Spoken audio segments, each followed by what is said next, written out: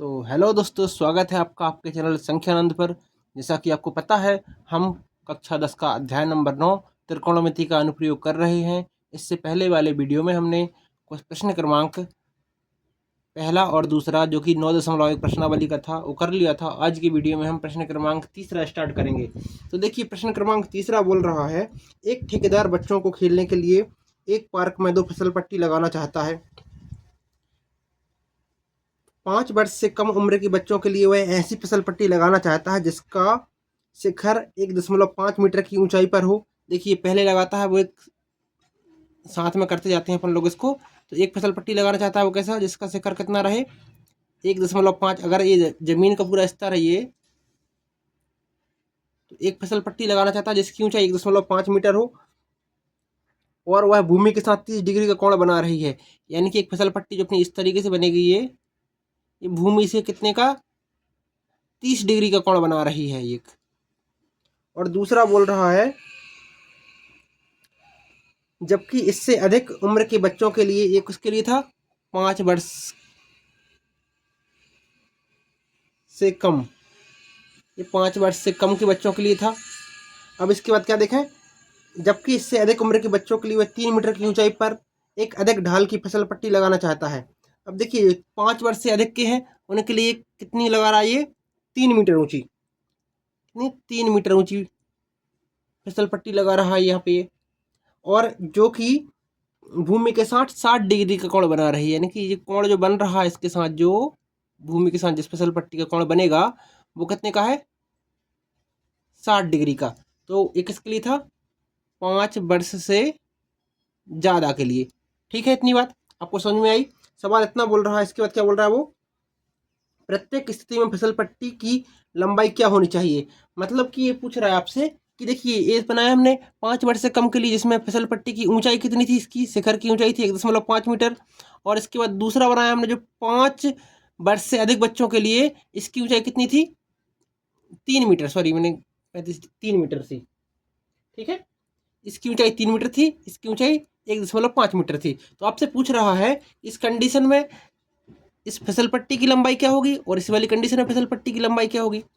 ठीक है, आपको क्वेश्चन समझ में आया। तो देखिए, यहाँ पे हम देखें कि फिसल पट्टी का शिखर है, तो जो जमीन से तो 90 डिग्री का कोण बनाएगा, ये सीधा लाइन, ये भी 90 डिग्री का कोण बनाएगा। यहाँ पे दो त्रिभुज, दो समकोण त्रिभुज दिखाई देंगे हमको। हम मान के चलते हैं इसका नाम ए बी सी है और इसका नाम पी क्यू आर है। ठीक है, इतनी बात। अब आगे देखते हैं हम कि देखिए, यहाँ पे इसको निकालना है। तो देखिए, अगर ये समकोण त्रिभुज यहाँ पर भी है और समकोण त्रिभुज यहाँ पर भी है, तो उसके सामने वाली भुजा ये वाली फिसल पट्टी कहलाएगी ना हमारी। तो हमको कहना चाहिए कि अगर समकोण त्रिभुज है, समकोण त्रिभुज की सामने वाली भुजा, यानी कि जिसको कर्ण बोलते हैं, इस वाले समकोण त्रिभुज भी सामने वाली भुजा, इसको कर्ण बोलते हैं, जो कि फिसल पट्टी का रूप लिए हुए यहाँ पर फिसल पट्टी को ही हम मान रहे हैं कर्ण। इसको भी कर्ण लिख सकते हैं हम, इसको भी कर्ण लिख सकते हैं। तो देखिए, दोनों स्थिति में हमसे पूछ रहा है कि इस फिसल पट्टी की लंबाई क्या होगी। तो हम निकालने के लिए गणित की भाषा में इसका सीधे कर्ण निकाल लें।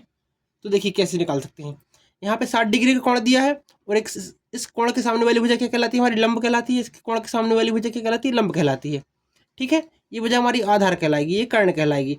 तो देखिए, इसको लिखे हम, दिया है, इसको नंबर 1 दे देते हैं हम, इसको नंबर 2 देते हैं।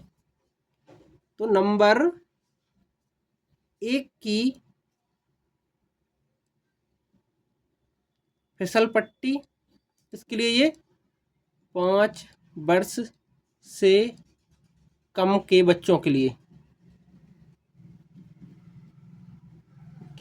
ठीक है, ये 5 वर्ष से कम के बच्चों के लिए है। और नंबर 2 की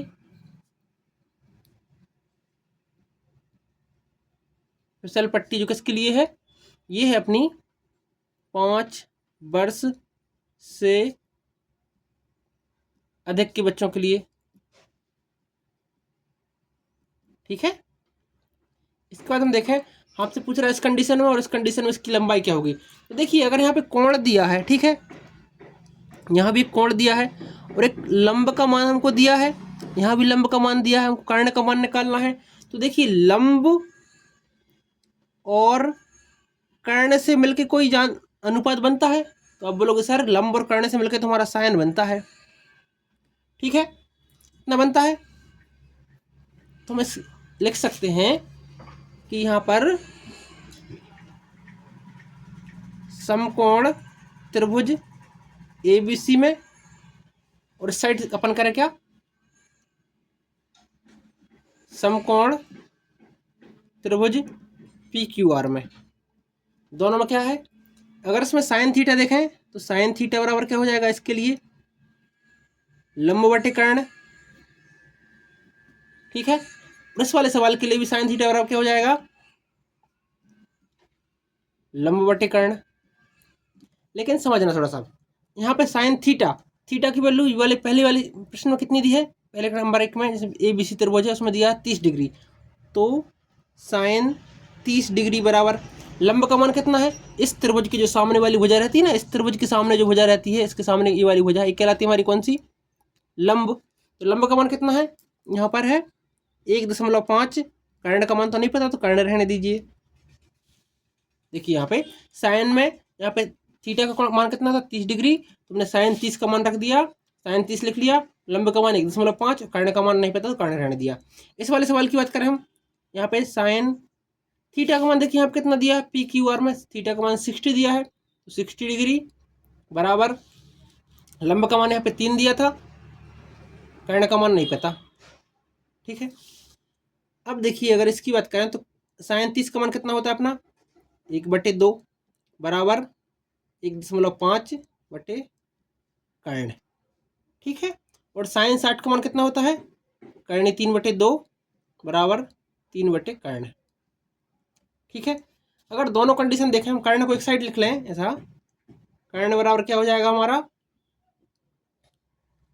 कर्ण जब यहाँ आएगा तो इसका गुणा इसके साथ हो जाएगा, कितना, 1.5 गुणा 2, और इस वाली कंडीशन के लिए कर्ण यहाँ पे आएगा 3 गुणा 2 बटे कर्ण 3। ठीक है, तो देखिए अब यहाँ पे इसका गुणा करें तो कर्ण बराबर पहले के लिए कितना मिल जाएगा, कर्ण बराबर 3 आ जाएगा, 1.5 का गुणा 2 में करेंगे 3 आ जाएगा, और यहाँ पर कर्ण बराबर क्या आ जाएगा अपना, कर्ण 3 से एक बार कट जाएगा, तो यहाँ पे क्या बचेगा, कर्ण 2 कर्ण 3। ठीक है, दो कंडीशन समझ में आई। तो ये अपनी आ गई किसके लिए, जो कर्ण का मान पहले का है इसको अपन डायरेक्ट लिख सकते थे यहाँ पर। देखिए कर्ण का मान आया 3, और यहाँ पे किसके लिए था, त्रिभुज ABC में कर्ण बराबर कितना आया अपना, 3 मीटर। ठीक है, कर्ण 3 मीटर आया है। तो देखिए त्रिभुज ABC की बात करें, ABC में कर्ण क्या है, अर्थात क्या हुआ है, 5 वर्ष से कम उम्र के बच्चों की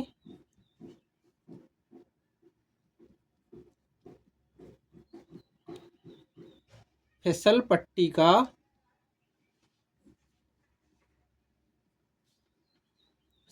की लंबाई 3 मीटर है। इसकी लंबाई क्या है, 3 मीटर आ गई इसकी लंबाई यानी कि। और इसके बाद दूसरी बात क्या बोल रहा है अपन से, त्रिभुज PQR में, कौन सी त्रिभुज, PQR में कर्ण बराबर कितना है अपना, कर्ण बराबर अपना आया था 2 कर्ण 3, 2 कर्ण 3। तो त्रिभुज PQR में यानी कि अर्थात 5 वर्ष से अधिक उम्र के बच्चों के लिए, अधिक उम्र के बच्चों की फिसल पट्टी कितनी हो जाएगी, की लंबाई 2 कर्ण 3 मीटर होगी। ठीक है, उम्मीद करते हैं आपको वाला सवाल समझ में आया होगा। चलिए मिलते हैं अगले वीडियो में अगले सवाल के साथ। धन्यवाद।